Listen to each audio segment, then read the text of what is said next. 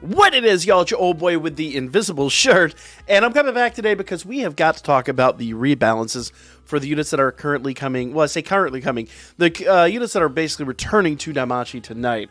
Now, the honest answer here for most of these is going to be just don't summon, guys. If you're free to play, none of these units are really that important, at least that I'm going to assume at this juncture. Like, it would blow me away if there was some kind of unit adjustment that made these units absolutely bonkers. But at the moment, you know, we are right about a month away. They about 4 weeks away from the anniversary. They alluded to the fact that everything is ending on the 8th of June. So there's a high likelihood that things could be dropping around that time. So really, really good time to just watch these banners sail by. Just saying. Just throwing that knowledge nugget at you. So let's talk about this here, okay? So first things up, this Leifya unit. Before adjustment, she was a foe's high water magic attack with alter and counter rate, 20% charm, allies magic plus 50%, critical rate 40%. She becomes a fast high water magic attack with alter and counter rate, removes counter rate and guard rate. Okay, that's new. And allies magical critical rate plus 50%. So it actually looks like the critical rate went up, and looks like it removes a bunch of stuff. She got rid of charm, though. That 20% charm is kind of worthless anyway, so I'm not altogether sad to see that go. But removing the counter rate and guard rate is actually really good. So if you already have her, awesome addition to your team. Redemption. Fast, avoid KO ×1 only when HP is above or equal to 10%. That did not get a change. Self, agility, guard rate, and counter rate and physical resistance plus 70%. Was originally agility and guard rate 60%. And that's for 4 turns, and it was 3 turns. And plus 3 actions, mid-water magic attack with ultra and guard rate, 35% charm on foes. Okay, so they moved the charm. They increased the charm to 35% and actually moved it to the extra action. I'm okay with that. Charm is okay. Like, low percentage of chance for it to hit, but being on the extra action means it's going to happen every turn. So that's actually a really big change for her. So if you've got her on a team, or if you've got her, should be a fun unit to actually start working, start utilizing on like war game and stuff like that. So let's see your passives here. So fire resistance 35% did not change. When countering instead of attacking, it extends status buffs for 1 turn. That did not change. Magic endurance, agility, and dex 35%. That did not change. Okay. Guard rate went up 40%. That's the only real change there. So, guard rate up 40%.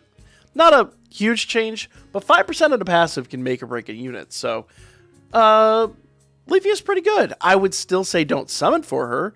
If you don't have her, you'll probably get her eventually on a 3-star ticket or 2-star ticket. I don't believe these units are... No, these units... In fact, I know these units aren't time limited. Just don't summon for him, but if you got him, great. Let's see. So we got Philvis here. And let's look at her rebalances. Foes put a fast, high water magic attack with ultra and counter rate. Strength and magic down 40%. That's all the same. Self, magic, guard rate, which was just counter rate if they added guard rate to that. Magic, guard rate, and counter rate, and magic resistance plus... Okay, I'm sorry. Getting all out of whack here. Ultra and counter rate, strength and magic down 40%. That stays the same. Self, magic, guard rate, which was added, counter rate, and magic resistance plus 70%. That was all 60% again. You know, just a little buff to keep them kind of in the current realm. Notice there's no number changes here, and that's like the big thing to take away from these units. And I'm just going to interject here. The biggest difference between units from last year to this year is the fact that units got about 500 more HP and usually about 200 to 300 more endurance. And those numbers are not changing, or at least from what I see here. It doesn't look like we got any numerical changes. What is the big difference? Well, a unit with that much more HP and that much more endurance is going to last longer in battle. They're just going to take more damage. You're really talking like a whole turn's difference in the point at which they squish. So, honestly, guys, that right there kind of seals it. If I don't see any numerical changes, ain't worth summoning on this completely. But let's keep going, just see what we get here. I know I'm making my mind up before I even get all the way done with this stuff, but the honest answer is I'm so vehemently at this juncture don't summon, and I think honestly, the reason they're not rerunning last year's units is because they understand we're about to get a new meta. We know better than to summon now. So rather than do that, it's a really good idea just to drop some fun events and start getting us, hyped for what's coming. I'm totally cool with this. I actually like this. The story is actually, it's like a one-off story. It's not canonical. It's just silly, and it's so low stakes, and that's what we need right now. Like, I know there's going to be people complaining that it's a dry spell, but for my free-to-play people, I assure you, you're not complaining. You're just enjoying the downtime, and that is okay. Like I said, 4 to 5 weeks, we are going to be into it, and we are going to be going hard, and every single day is going to be like news and all the stuff and hype and craziness. Enjoy the downtime, breathe easy, because it's going to get nuts this summer. Now, fan service. Allies, fast, penetration rate, and water attack damage was just penetration rate, plus 50%.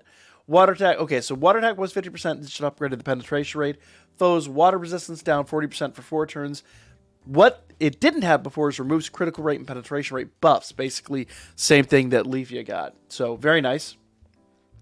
Skill 3 is a foe singular high water magic attack with damage, ooh. Damage plus 200% when a unit is inflicted with charm. You're going to get that off so rarely, but I love seeing that number. Like, you already know. So the thing is, this isn't like the normal percentage boost, right? So it's not like you say, okay, well, it's 200% when charm is applied to the adventure and the assist side that becomes 400%. No, this is 200% solid. It doesn't become 400%. So it's just what you see is what you get. The downside is this is, in Wargame, you never get a chance to get this off. I mean, just realistically, you don't. It's simple, just cold hard facts.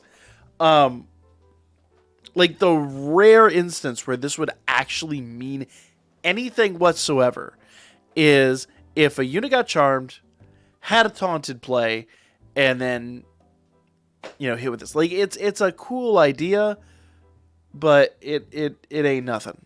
Like, it's all fluff and zero content. Like, you're never seeing those numbers.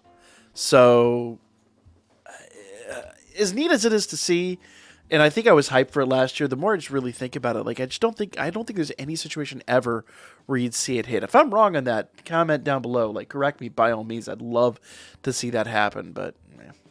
So it looks like the only change in the passives as well is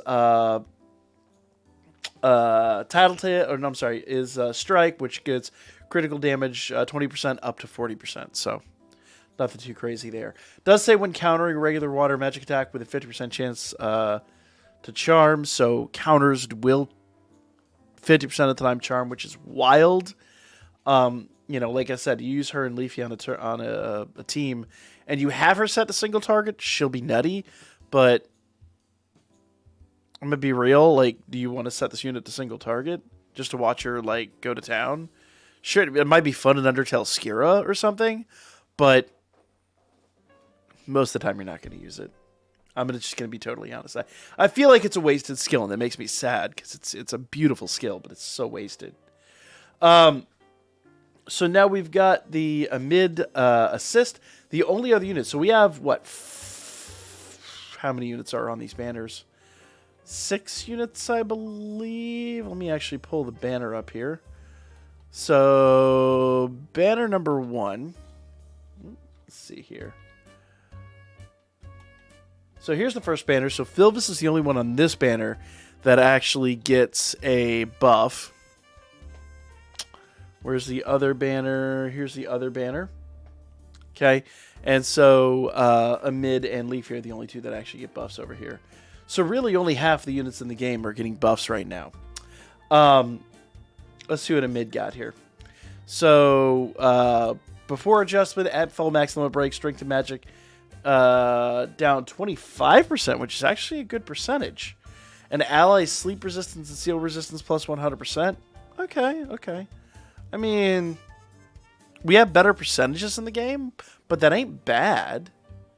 Like, actually, she might be the only unit that does strength and magic both down 25%. If not, I'm probably just drawing a blank on some units here. She might not be the only one, but it's a good percentage. Like 25% on this assist is wild. My initial reaction to that was thinking about the unit that does 40%, but that's actually as an extra action. And that really applies to the adventure side, not the assist side. So those two could be used side by side. The sleep resist and seal resist is nice. I don't think it's really that pertinent. Amidst one of those units, if you have her, great. If you don't have her, there's a possibility I could argue perhaps one and done on the banner. Maybe. But if I'm totally honest here, there's other units out there. You know, you'll have opportunities to pull this unit. Remember, she's in the general pool. So this is not a time-limited unit. So when you're summoning this summer on all the banners that are coming out around that time, remember the double 4-star rates will apply to those banners, especially any of the Hero Festa banners and stuff that we're going to get. So basically the structure that I'm personally expecting to see. Now, I don't know if this is actually going to be the case, but the structure I'm expecting to see here is essentially more or less every 4 weeks, we will get 2 time-limited banners, and then 2 weeks after that, we will get a Hero Festa banner. That's the structure I'm expecting. So going into the anniversary, I want to have at least 12k on tap, just because it's one of those, like, I need to make sure that I'm ready. I do believe they said there was a Hero Festa between now and the anniversary. I'd be shocked if they could shoehorn it in, and I really personally hope they don't, because I don't want to go any harder. I'm hoping that the last Hero Festa, I hope my brain's just messed up here, and the last Hero Festa was the one. But these are the rebalances, guys, and the honest answer here is don't summon. If you don't have the units, don't summon. If you have the units, great, congratulations, you got a couple of rebalances. But it's not enough to really make these units viable in the current marketplace, with the one exception of a mid. A mid is actually really solid. But other than that, guys, like, comment, share. I'll be back with more Danmachi here for you guys really soon. But remember, like I said, right now we're going to be in a bit of a dry spell. We'll talk about more stuff. We'll start doing more stories. There will not be a live stream tonight, guys. It is my wedding anniversary, and I need to be a good husband. So I'm going to forego stream tonight. We'll be back on Sunday with more Danmachi. We'll do some more stories. We'll do some more of that stuff. It'll be a ton of fun. But I'll catch you guys then for more Danmachi. We should have Danmachi just about every single day anyway, because we got the daily videos, or daily-ish videos. Yeah.